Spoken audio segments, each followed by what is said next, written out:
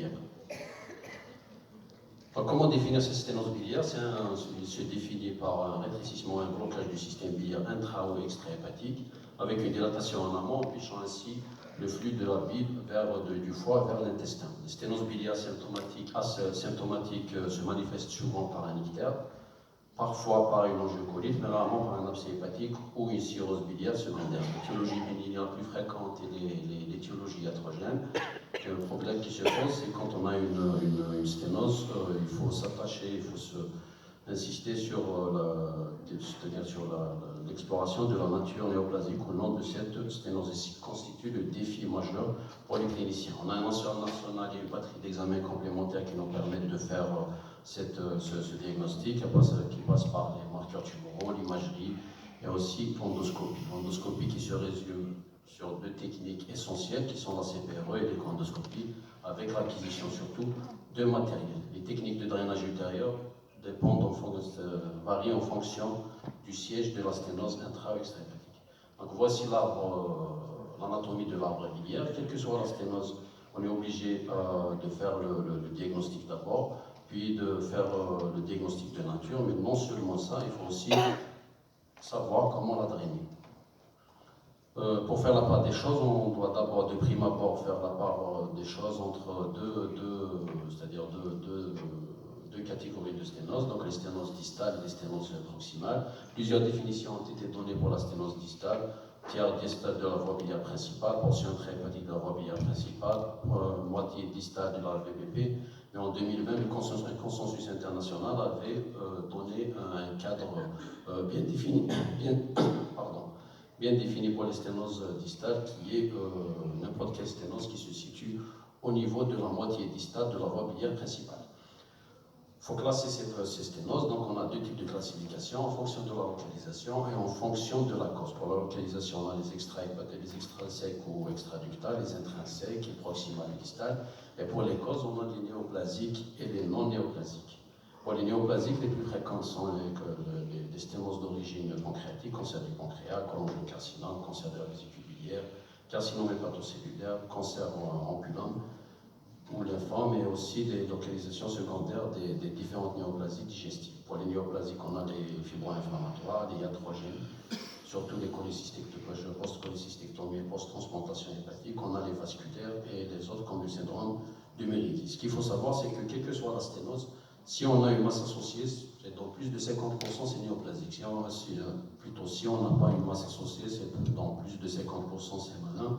Et si on a une masse associée, c'est pratiquement plus de 80% de malignité. Donc une sténose pousse toujours à pousser l'exploration. Donc si on veut faire un diagnostic positif, on va commencer toujours par classique, donc la clinique. Donc il faut faire un bon interrogatoire, rechercher des antécédents de cholécystectomie, de chirurgie abdominale, une prise d'alcool, une pancréatite ancienne, une notion de radiothérapie ou de séropositivité. Sur l'examen clinique, il faut chercher si le patient est ictérique, si l'ictère est fluctuant progressif, s'aggravant progressivement, s'il y a des coliques hépatiques, un accès d'angiocolite, de douleur chronique ou une notion d'amaigrissement. Sur le plan biologique, donc le bilan biologique standard doit être fait, mais qui est toujours un sujet de débat, c'est les marqueurs tumoraux et le dosage de GGG4. Donc les marqueurs tumoraux sont surtout le CA19-9 et la CO, ce sont des prélèvements, des dosages qui sont peu coûteux, disponibles. Ils peuvent parfois faire la part des choses entre une sténose bénigne et maligne. Ils peuvent être utilisés, que ce soit dans l'évaluation de la résicabilité, de l'évaluation du pronostic ou de la récidive, surtout post-opératoire. Néanmoins, cette méta-analyse qui a été publiée en endoscopie en 2024 avait démontré que la performance diagnostique est vraiment médiocre pour ces marqueurs. Il est de même pour l'IgG4, qui est utilisé surtout pour le diagnostic quand on suspecte une cholangite sclérosante à IgG4. Par contre, sa performance diagnostique reste aussi limitée et peut être aussi élevée quand on a une autre origine que la cholangite sclérosante, à savoir le cholangiocarcinome, la CSP et le cancer du pancréas. De ce fait, le SGE ne recommande pas l'utilisation seule de ces marqueurs tumoraux ou de ce dosage d'IgG4 pour le diagnostic d'une sténose biliaire. Par contre, il faut l'associer avec les autres moyens diagnostiques, que ce soit morphologique ou histologique. Donc après, pour le diagnostic morphologique, on a deux types de diagnostic morphologique. On a l'imagerie en coupe, donc la cholangiopancréato-IRM est associée ou non à l'IRM, le scanner injecté. Et pour les moyens diagnostiques endoscopiques, on a la CPRE, l'écho-endoscopie, associée ou non à la cholangioscopie ou l'imagerie écho-endoscopique intracanalaire. Si on analyse les deux moyens de diagnostic en couple, savoir la cholangiopancréato-IRM et le scanner, donc la cholangiopancréato-IRM est un examen non invasif, pas d'injection de produits de contraste, pas de radiation, il donne une cartographie précise de la voie biliaire et s'il est associé à une IRM hépatique, il peut donner même un staging très précis. Le scanner, quant à lui, est un examen radiant, c'est un examen où on utilise du produit de contraste et il permet un staging. Enfin, donc de prime abord, on a une sorte d'avantage théorique pour la cholangiopancréato-IRM. C'est une méta-analyse publiée en 2024 qui a comparé les deux examens avait démontré une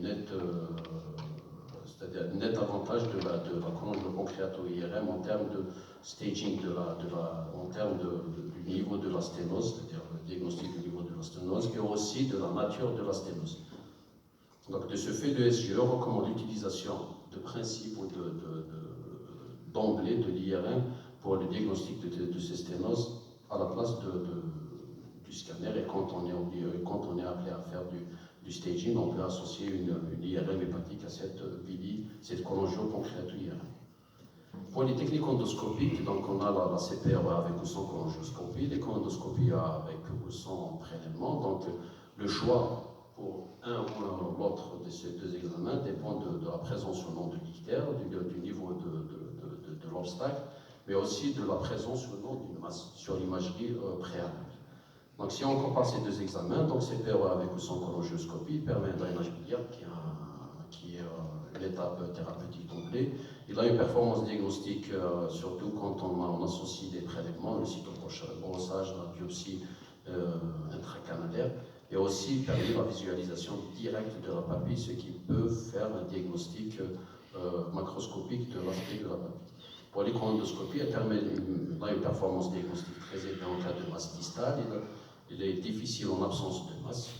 Il a une possibilité de faire le diagnostic déjà visuel, mais aussi en faisant des biopsies. Et parfois, il permet aussi de biopsier, d'identifier des lésions qui ont été ratées par l'imagerie en coupe. Il permet aussi de réaliser des biopsies sur les adénopathies quand on n'a pas la possibilité de réaliser une biopsie sur la masse responsable de la sténose. Mais quand il y a un stent placé préalablement, sa sensibilité diminue drastiquement. Après, pour la CPRE, donc, première étape, c'est de réaliser un cholangiogramme. Donc, le cholangiogramme, il y a des signes qui orientent vers la nature de la sténose. Donc, c'est la nature maligne, surtout quand on a une sténose supérieure à 10 mm, une sténose irrégulière, une transition brusque entre calibre normal et sténose, la présence de formation polypoïde ou nodulaire de la BBP. Et comme vous voyez sur ces trois images, il y a des niveaux de sténose différents, mais on ne peut pas faire la part des choses d'emblée sur un cholangiogramme. Donc, première image, c'est une pancréatite chronique, deuxième image, pancréatite auto-immune, troisième image, c'est un cancer pancréatique. D'où l'intérêt de réaliser des prélèvements en faisant une CPRE. Donc, le premier prélèvement à faire, c'est le cytobrossage. Donc, ces deux méta-analyses qui ont colligé plus de 1000 patients avaient démontré une performance qui est malheureusement médiocre, entre 41% et 56% pour le diagnostic de la sténose.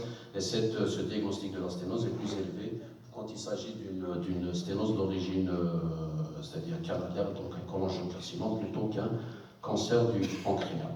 Certains auteurs ont préconisé d'utiliser certains artifices pour améliorer cette rentabilité des cytobros. On a utilisé la dilatation antérieure, mais différentes études ont montré des résultats qui sont disparates. Parfois, ça augmente la performance, parfois ça diminue la performance. Le nombre de mouvements augmente aussi la rentabilité du cytobrossage, donc la performance augmente de 38% quand on fait 10 passages, à pratiquement 57% avec 30 passages.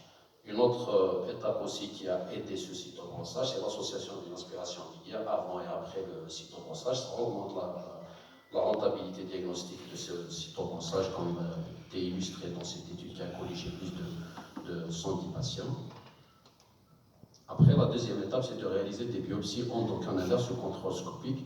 Là aussi, la performance diagnostique est malheureusement moyenne, avec une performance de 63% quand il s'agit d'un cholangiocarcinome et 46% quand il s'agit d'un cancer du pancréas. Les différentes études ont rapporté des résultats qui se rapprochent de ces chiffres. Et après, il y a aussi des artifices pour augmenter la rentabilité des biopsies intracanalaires. Donc, il n'y a pas de différence par rapport au type de biopsie utilisée. Donc, avec ou sans c'est-à-dire quel que soit le type de la pince à biopsie, ça ne change pas grand-chose. Par contre, le nombre de biopsies augmente avec le nombre de prélèvements et on arrive à se stabiliser en termes de performance à partir de 4 prélèvements. Donc, il faut réaliser au moins 4 biopsies avec la pince. Après, ce qui est à la mode, c'est de coupler ces deux prélèvements, donc le cytobrossage et la biopsie. Sur cette méta-analyse, on a démontré rapidement que l'association de ces deux moyens de prélèvement augmente la rentabilité diagnostique comparée à un seul prélèvement seul. L'autre étape, c'est l'utilisation de la cholangioskopie. Donc l'introduction de la cholangioskopie avait augmenté la performance pour atteindre pratiquement 77% pour le diagnostic de ces sténoses biliaires. Après, tout a été codifié avec l'introduction des différentes classifications. Ça augmente nettement la performance de cette cholangioskopie, mais surtout, non seulement par rapport au diagnostic, mais aussi par rapport au prélèvement. Donc l'association des biopsies après le diagnostic visuel augmente la sensibilité pour atteindre pratiquement 72%. Après, on a deux cas de figure en termes de sténose biliaire. Existe-t-il ou non une masse associée? Donc si on a une masse associée, généralement c'est un cancer du pancréas ou un cholangiocarcinome. Le diagnostic différentiel, c'est les pancréatites auto-immunes, tumorales, pseudo-tumorales, les pancréatites chroniques. L'échoendoscopie FNA ou FMP est toujours indiquée. Et s'il y a un ictère, il faut associer dans le même temps endoscopique une CPRE pour assurer un drainage et pourquoi pas faire des différents prélèvements, c'est-à-dire biopsie par échoendoscopie associée à un cytobrossage et une biopsie intracanalaire pour augmenter la rentabilité diagnostique. En absence de masse, c'est la situation la plus difficile car l'échoendoscopie est vraiment c'est-à-dire de rentabilité très médiocre. Donc on a juste à utiliser le cytobrossage et la biopsie et le cytobrossage et parfois utiliser le congioscope si les résultats ne sont pas rentable. On a comparé la CPRE seule avec brosse versus échoendoscopie avec biopsie. C'est l'échoendoscopie qui l'emporte pour la main. Et quand on associe deux modalités de prélèvement avec une seule modalité, CPRE échoendo, c'est l'association des deux prélèvements qui l'emporte. Donc après, quand c'est-à-dire la question qu'on s'est posée, est-ce que le fait de faire les deux examens et associer ces différentes modalités de prélèvement augmente les événements indésirables? Cette étude n'avait pas démontré une augmentation d'événements indésirables. Au contraire, il y avait pratiquement la même chose avec association ou sans association des différentes modalités de prélèvement. Donc si on se résume, donc l'échoendoscopie avec les FNB, on a une sensibilité de 83%. Avec la CPRE, on a avec le cytobrossage une sensibilité de 45%. Les biopsies donnent une performance de 48%. Si on associe les deux, on augmente la sensibilité à 59%. Et si on associe l'échoendoscopie à la CPRE, on arrive à une sensibilité pratiquement de plus de 90%.